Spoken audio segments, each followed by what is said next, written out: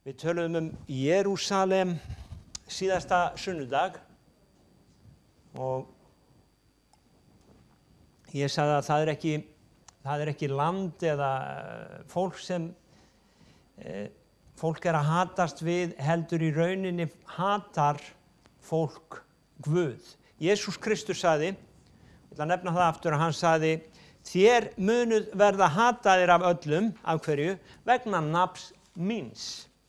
Þannig að ef einhver í rauninni elskar drottinn, ef einhver elskar hans fólk, ef einhver tekur afstöðu með því sem orð Guðs segir í dag, að þá er eitt víst að hann finnur sér örugglega einhvern hatursmann. Þannig að við erum ekki að taka afstöðu með orði Guðs til þess að finna hatursmenn. Við tökum afstöðu með orði Guðs af því að við elskum hann og af því að við elskum annað fólk. Og okkur er sagt að við eigum að elska þá sem hata okkur. Þannig að þá er það á hreinu. Við eigum ekki að hatast á móti, við eigum að elska þá sem að hata okkur. En versið sem að hljómaði í bara huga mínum í gær, það var þetta úr þriðja Pétursbrefi, þá kemur Dóri svo tekur mig á eintal á eftir ef ég segi það. Nei, síðara Pétursbref og það segir, ef við lesum bara frá fyrsta versi, þetta nú annað brefi sem ég skrifuð þér elskaðir, í þeim báðum hef ég reynt að halda í hinu hreina hugarfari vakandi hjá ykkur. Þetta stoppaði hjá mér, þetta orð hreina hugarfar og vakandi. Af hverju getur þetta hreina hugarfar, getur hugarfar sofnað? Hann notar allavega þessa mynd. Jú, það rignir yfir okkur í rauninni andlegri mengun í dag. Það rignir yfir okkur og það er eins og sé flóðbylgja af andlegu eitri allstaðar. Sama hvar þú opnar fjölmiðil, sama hvar þig ber niður, að það er flóð af það sem við köllum pollution eða mengun. Og þessi mengun, hún deyfir og hún slæfir skilningarvit manna. Hún slæfir og hún deyfir líka það sem við kallum samvisku. Páll talar á einu stað að samviska hans sé upplýst af heilugum anda. Eða með öðrum orðum, samviska hans var vakandi. Og það er það sem hann er að tala hér, að hann er að skrifa þeim til þess að halda hinu hreina hugarfari vakandi hjá þeim. Og ég er að endurtaka það sem hann segir til þess að við höldum okkar hreina hugarfari líka vakandi á okkar tíma. Og það er margt sem ég sé hliðstætt við það sem Pétur segir hér og við það sem að við erum að upplifa.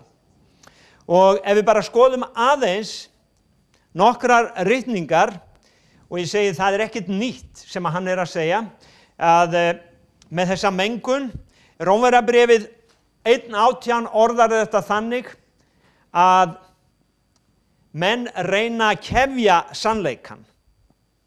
Og þessi í raun og veru mengun, hún á sér málsvara eða trúboða. Hún hefur boðbera. Þessi mengun kemur í gegnum myndrænt og talað orð. Og þannig að við höfum í dag eins og flóðbylgju af trúboðum ranglætisins og trúboðum, mengunar sem vilja slæfa samvisku okkar. Og það er varla sá sjónvarpsþáttur sem ekki reynir að slæfa samvisku okkar á einhvern hátt. Skilaboðin eru alltaf að þetta sé rangt og það sem við segjum rétt. Það alltaf verið að taka burtu það sem þessi bók segir og koma með annað í staðinn, aðra kenningu, og ég kem inn á það á eftir. En hér í Rómverjabréfinu 1:18 að þá talað að reiði Guðs mun á lokum opinberast yfir þeim mönnum sem kefja eða kæfa eða koma í raun og veru með, þetta eins og að þú setur eitur inn í ákveðið rými, þá ryðurðu súrefninu út. Ef þú kemur með loft sem þá ryðurðu bara súrefninu út og þú getur ekki andað. Og þessir menn, þeir reyna, segir hér, að kefja sannleikann með rangsleitni. Af hverju eru þeir að kefja sannleikann? Sannleikurinn þá sá kraftur sem setur alla menn frjálsa.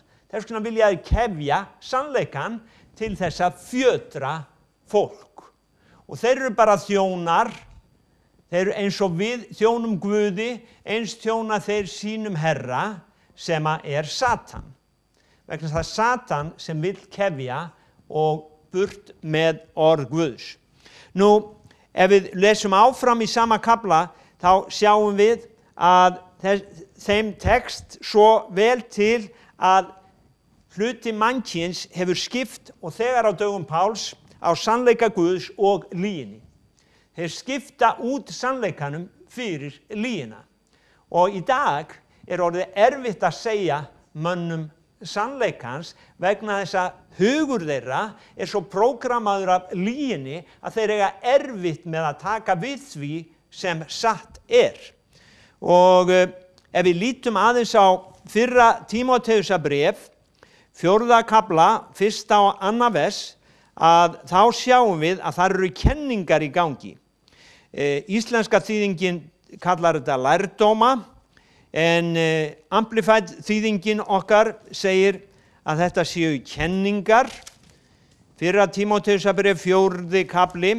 Það segir andinn segir berlega á síðari tímum muni sumir ganga af trúnni. Af hverju ganga menn af trúnni? Jú, það kemur hér í ljós, þeir heyra annan boðskap og byrja að trúa öðru. Þeir bara ganga ekki af trúnni, þeir heyra annað, trúin kemur að því að heyra. Þeir hlusta svo mikið á annað, þeir hlusta svo mikið á lygina að þeir hætta að trúa sannleikanum og þeir byrja að trúa lyginni. Þeir munu ganga af trúnni og gefa sig að koma og beygja sig undir villu anda og kenningar. Íslenska þýðingin segir hérna villu öndum og lærdóm illra anda eða kenningar illra anda. Illir andar hafa kenningu. Og við sjáum það svo, þetta að verða opinbert allt í dag.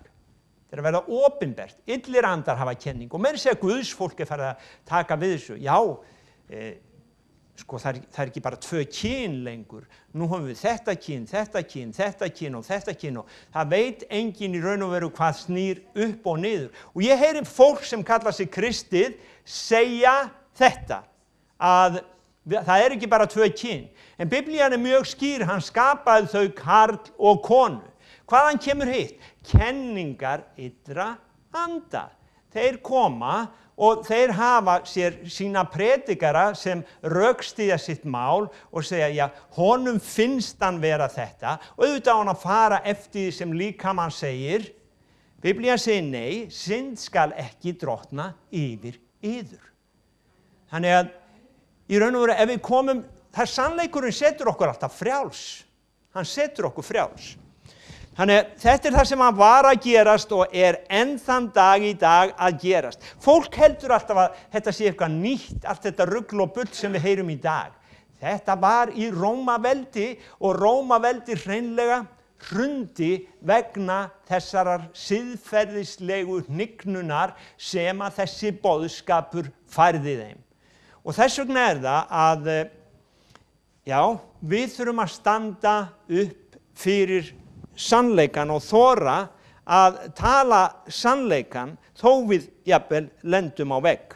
Í 2. Tímóteusarbréfi, 4. kafla, þá segir 3. vers, því að þann tíma mun aðbera og það að menn þola ekki hina heilnæmu kenning. Menn bara þola ekki að heyra sannleikann. Hugsið ykkur að þeir þola ekki að heyra, það þarf að gefa sumum bara sprautu af því að þeir eru svo miður sína að þeir heyrðu sannleikann. Það þarf að deyfa þá bara niður og ná þeim niður. Þeir eru alveg gjörsamlega miður sín, þeir bara blána og verða bara frá sér af því þeir heyra sannleikann. Og þetta að gerast allstaðar í heiminum í dag í kringum okkur. Þeir þola ekki að heyra sannleikann, þeir eru svo prógrammaðir af kenningum, þeir hafa gefið sér svo undir vald kenninga illra anda í dag. Og við höfum verið að biðja gegn þessu valdi, við segjum að þetta, að drottnarinn yfir þessu veldissproti guðleysisins og við höfum komið stöðulega gegn þessum veldissprota og við segjum honum að orð Guðs stendur gegn þér og þú munt þurfa að beygja þig vegna þess að fyrir nafni Jesú skal sér hver kné beygja sig. Það bara spurning tíma. Það bara spurning tíma. Það annað ríki sem að koma og það ekki ISIS. Það Guðs ríki sem mun koma til þess að ríkja hér á jörð. Ég les það í bókinni að ríkið muni koma ekki bara innra með okkur, heldur ytra. Jesús mun sjálfur koma og fætur hans munu nema á Olíufjallinu rétt við Jerúsalem. Hann mun koma til sinnar borgar, Jerúsalem. Það hefur ekkert með Trump að gera. Það hefur allt með Guð að gera. Það hefur allt með Jesúm Krist að gera. Trump, hann ræður engu það. Það Guð sem hefur útvalið sér þessa borg til þess að búa þar, ekki bara eina viku heldur eilífð. Heiminum mun verða stjórnað frá Jerúsalem og það verða bara allir að beygja sig undir það, hvort sem þeim líkar vel eða illa, hvort sem þeir trúa því eða ekki, það bara mun verða. Af því að Guð, hann hefur sagt okkur endirinn í raun og veru, hann í upphafi þá kunngjörðan okkur endirinn. Þannig að við getum lesið það í bókinni hans. Nú, menn munu ekki þola sannleikann og það merkilega að jafnvel þeir sem eiga gæta réttarins að þeir eiga erfitt með að fylgja réttinum. Í Sálmi 94, vers 20, þá segir svo, mun dómstóll spillingarinnar veri í bandalagi við þig. Vilt þú vera í bandalagi við þennan veldissprota guðleysisins? Vilt þú vera í bandalagi við þessa menn sem dæla úr sér kenningum illra anda og rangsnúa öllum sönnum vegum Guðs? Nei, ég vil það ekki. En hér segir hann, mun dómstóll spillingarinnar vera í bandalagi við þig, Sálmur 94:20, hann sem býr öðrum tjón, takt eftir þessu versi, undir yfirskini réttarins. Hann býr öðrum tjón undir yfirskini réttarins. Þannig að löggjafinn snýst nú upp í andhverfu sína að búa þegnunum tjón undir því yfirskini að hann sé að gera rétt. Hversu langt hægt að ganga í því að hafna sannleikanum? Og það furða að Pétur hann skrifi til þeirra að hann þráir að þeir haldi og að við í dag höldum vakandi okkar hreina hugarfari. Jesús Kristur, hann orðaði þetta svona að það myndi koma flóð. Það myndi koma flóð. Og þetta í Lúkas 7. kafla. Og hann að tala hús sem byggt á sandi og hús sem byggt á bjargi.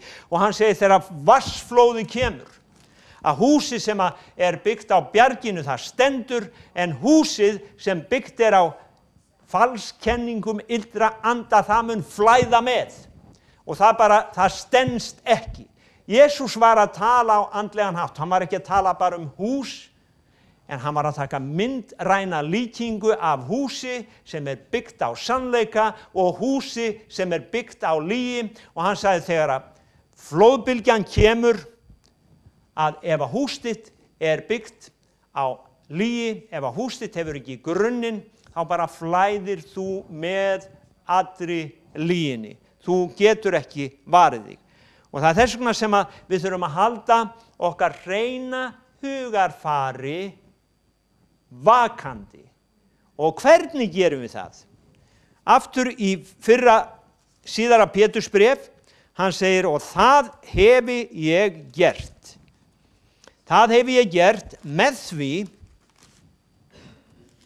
3. kafli 2. vers, það hefi ég reynt með því að rifja upp fyrir þau orð sem hinir heilugu spámenn hafa áður talað og boðorð drottins vors og frelsara postular yðar hafa flutt.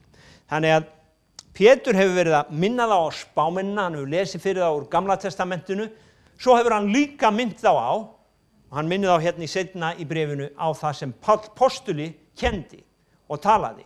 Og hann minnir þá á orð Jesú, hann minnir þá á þau orð sem postularnir hafa áður flutt. Þannig að þegar einhver kemur og segir að þetta vegurinn hérna til Akureyrar, þá segir nei. Kitty segir að þetta sé vegurinn, þú ferð í gegnum Reykjavík. Sjáðu, við höfum val. Þegar einhver kemur og segir okkur að þetta sé rétta leiðin, hafirðu heyrt orðið og hafirðu séð vegvísirinn áður, þá átt þú að treysta þinni dómgreind og segja nei, þetta vegurinn til Akureyrar. Og við förum réttu leiðina vegna þess að annars lendum við á villi götum. Amen.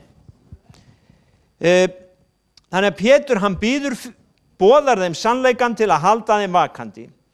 Og spurningin kannski til okkar í dag þessi: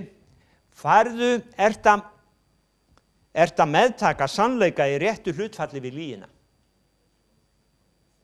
Spurðu sjálfan þig.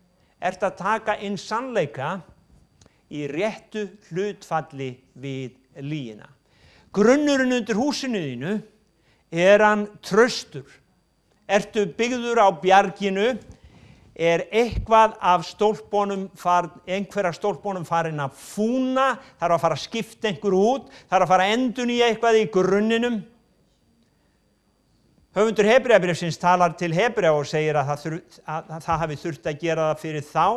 Þeir áttu að vera kennarar, en þeir voru ennþá börn og þurftu að bara fá grunnin upp á nýtt.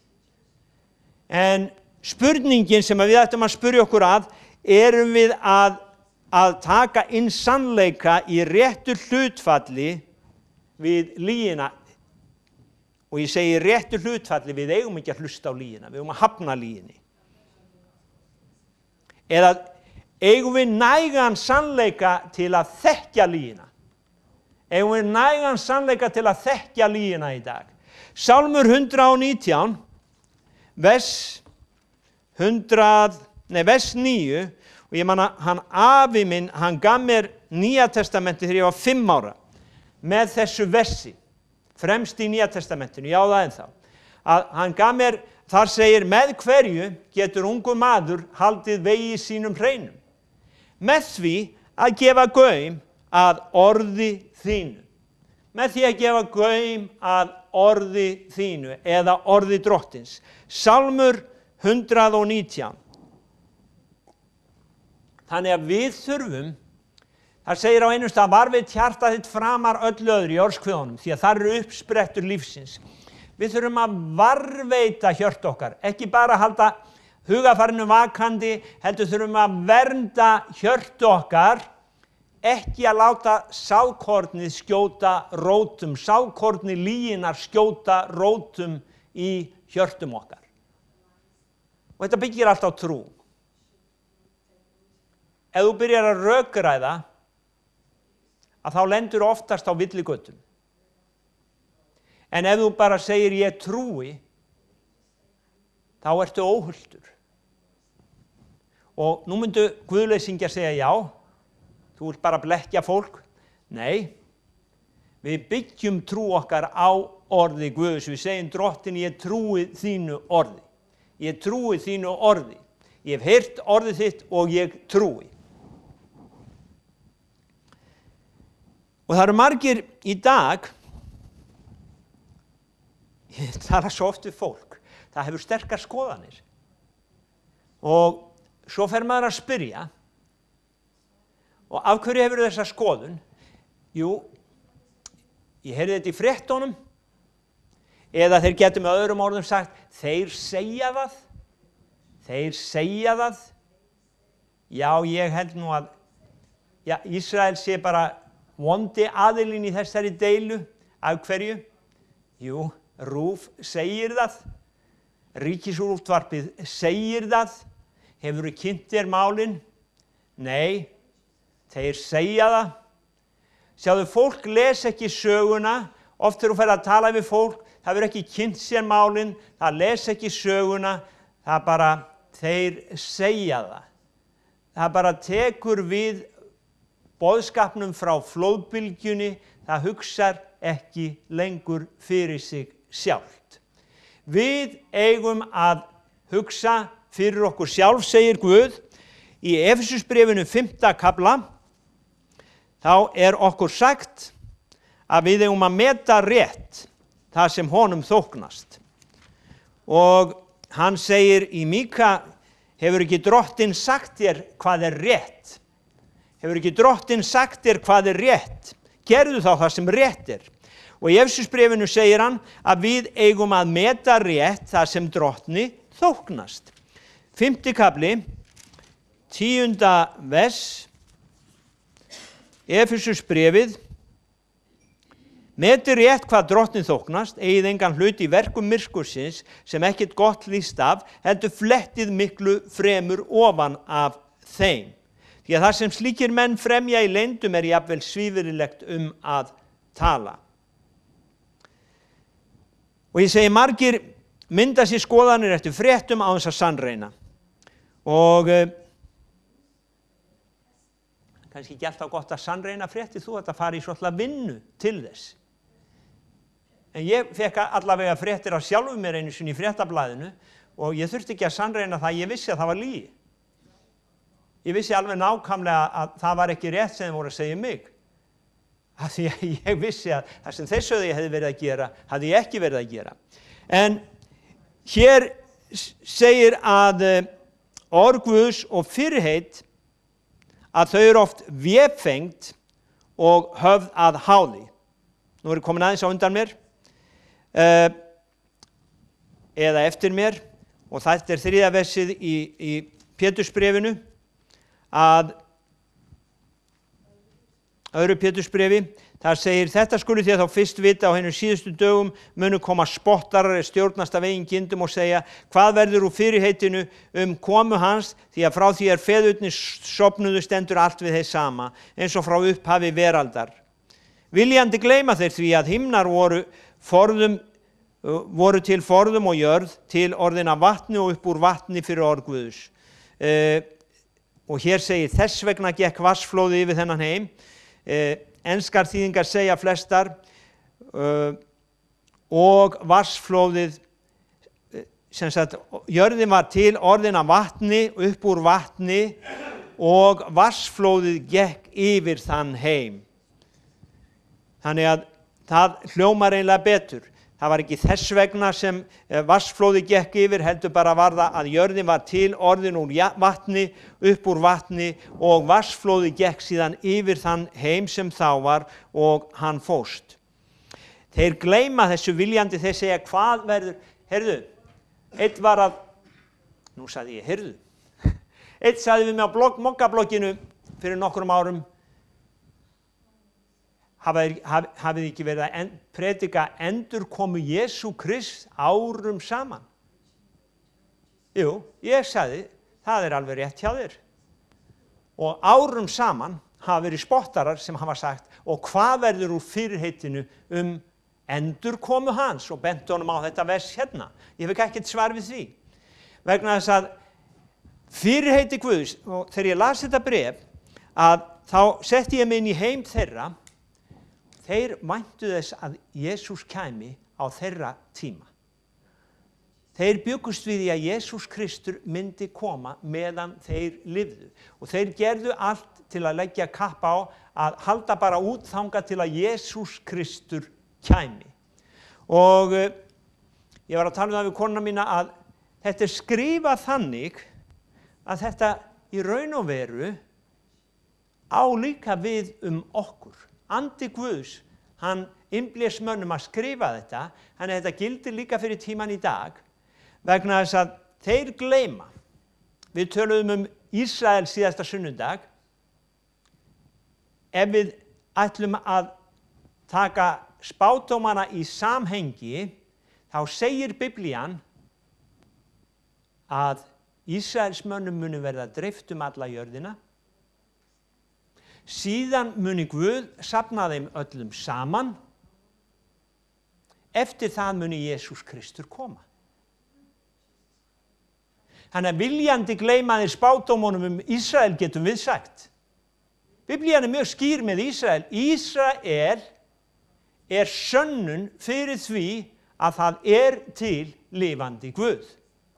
Ísrael sönnun fyrir því að Guð Abrahams, Ísaks og Jakobs hann Þessum guðleysingjum, þeir tala alltaf Guð Abrahams. Þeim líkar ekki við að heyra þennan Abrahams Guð, af því að þeir eiga erfitt með að afsanna Ísrael. Einn bróðir okkar sem gekk af trúnni, hann og byrjaði að tala gegn trúnni, hann sagði Ísrael, það eiginlega það eina sem ég á erfitt með. Já, auðvitað á hann erfitt með það, vegna þess að það sannar tilvist Guðs. Það sannar tilvist Guðs, það sannar það að Jesús Kristur muni koma aftur á skýjum himinsins. Og þess vegna það við þurfum að meta rétt.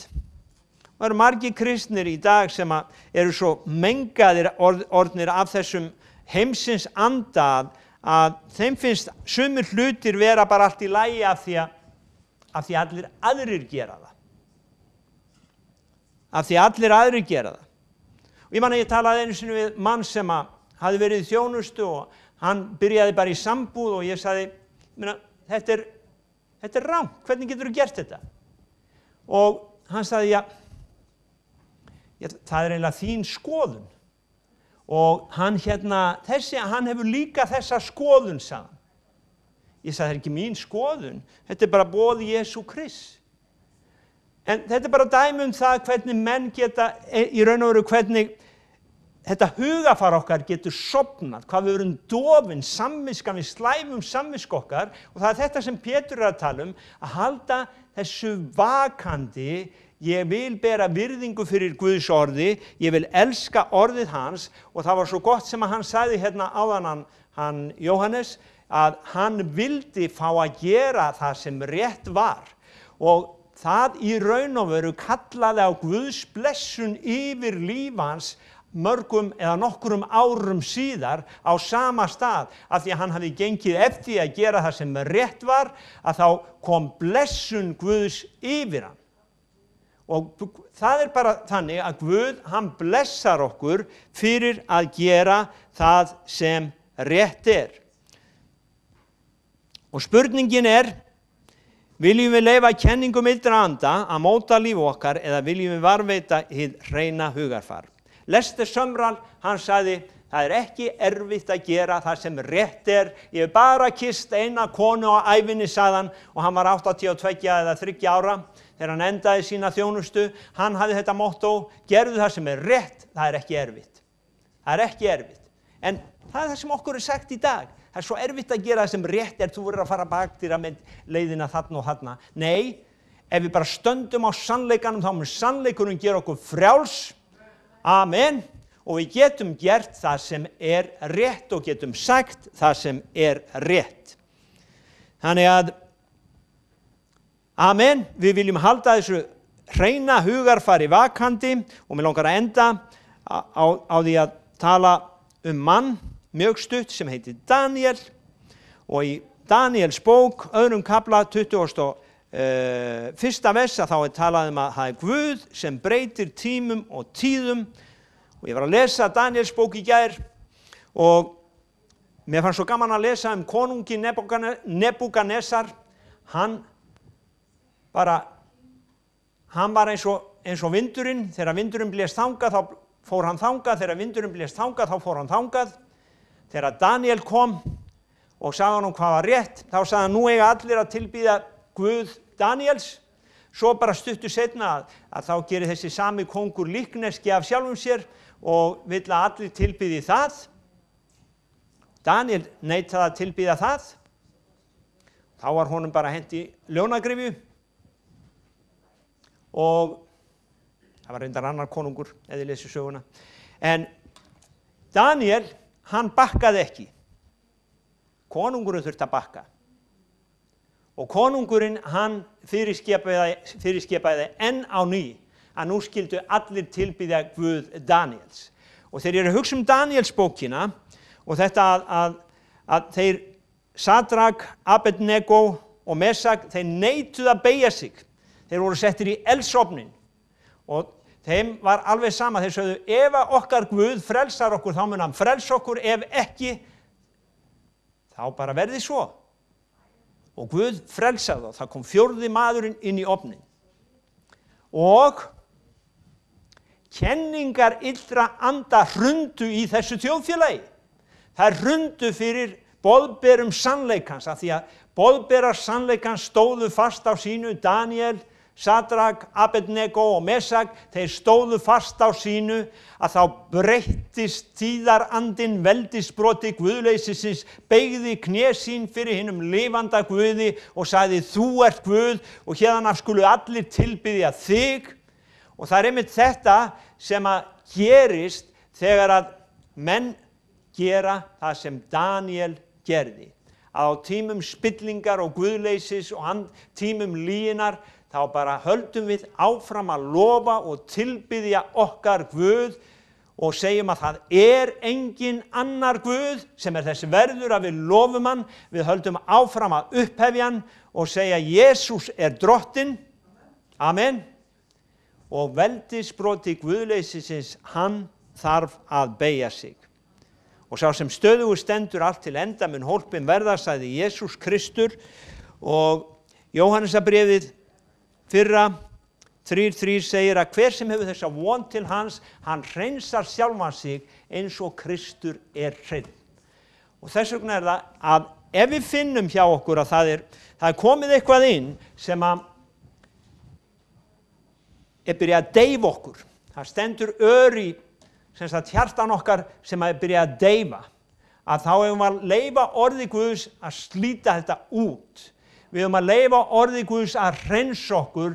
Við eigum að halda hreina hugarfarinu vakandi og við eigum að segja með Lester Sumrall, það er ekki erfitt að gera það sem er rétt. Það er gott að gera það sem er rétt. Við höfum brynju réttlætisins. Jesús Kristur okkar réttlæti, en við getum líka gert það sem rétt er. Sumir vilja nota þetta sem afsökun að Jesús Kristur er mitt réttlæti og þess vegna þarf ég ekki að gera rétt. Nei, Guð fyrirgaf þér syndir þínar og einhver sagði, Watchman Nee, hann sagði, það var gjöf. Guð, hann leysti þig líka frá syndum þínum. Það er líka gjöf og við köllum það helgun. Að Guð, hann leysir okkur frá syndum okkar. Hann ekki bara fyrirgefur okkur þær, heldur segir hann, synd skal ekki drottna yfir yður. Því að ekki erum undir lögmáli, heldur undir náð. Þess vegna drottnar syndin ekki yfir þér eða mér nema. Einhver sagði við bjóðum ekki syndin í kaffi, nema við bjóðum henni í kaffi. Amen. Höldum hinur hreina hugarfari vakandi, leifum orði Guðs að dæma hjört okkar, hugsanir okkar og dæmum síðan eftir orði Guðs. Ekki leyfa kenningum illra anda að segja okkur að þetta sé í lagi, þetta sé í lagi. Höldum hjarta okkar hreinu eins og við sungum Guð, hver fær að stíga upp, hver fær að dvelja á þínum helga stað, sáir hefur óflekkaðar hendur og hreint hjarta. Amen. Drottinn, við bara blessum þitt nafn, við lofum þitt nafn, við þökkum fyrir að þú ert heilagur, við þökkum fyrir það, Drottinn minna, að þú þráir að aðskilja syndina frá okkar lífi og þú vilt fá að vera drottinn í okkar lífi. Og við byggjum fyrir þjóðin okkar, við byggjum þig fyrir landin okkar og við segjum Jesús Kristur, þú ert drottinn, við viljum ekki aðra guði hafa. Faðir, við viljum elska, við elskum landið okkar, við elskum þjóðin okkar og Drottinn, við bara þökkum þér fyrir það að kærleika þínum úthellt í hjörtum okkar. Og þakka þér fyrir að við mögum tala orð sannleikans í kærleika á hverjum einasta degi. Blessa þessa hátíð sem fer í hönd og Drottinn, ég bið blessun þína inn á sérhvert heimili hér á þessum stað, sérhvert heimili, Drottinn, blessun, vernd yfir börn, yfir Drottinn, já, feður og mæður, í Jesú blessaða heilaga góða nafni. Amen. Amen.